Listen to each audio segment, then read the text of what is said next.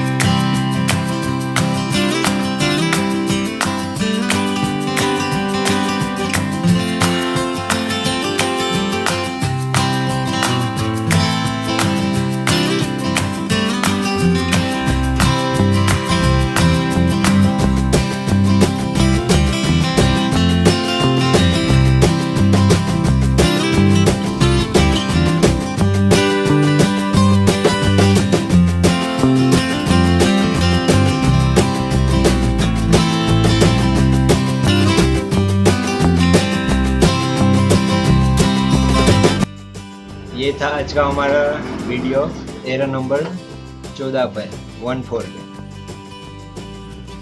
आपको हमारा वीडियो पसंद आते तो लाइक कमेंट सब्सक्राइब करें और शेयर कीजिए, और सब्सक्राइब करना तो भूलिए ही मत।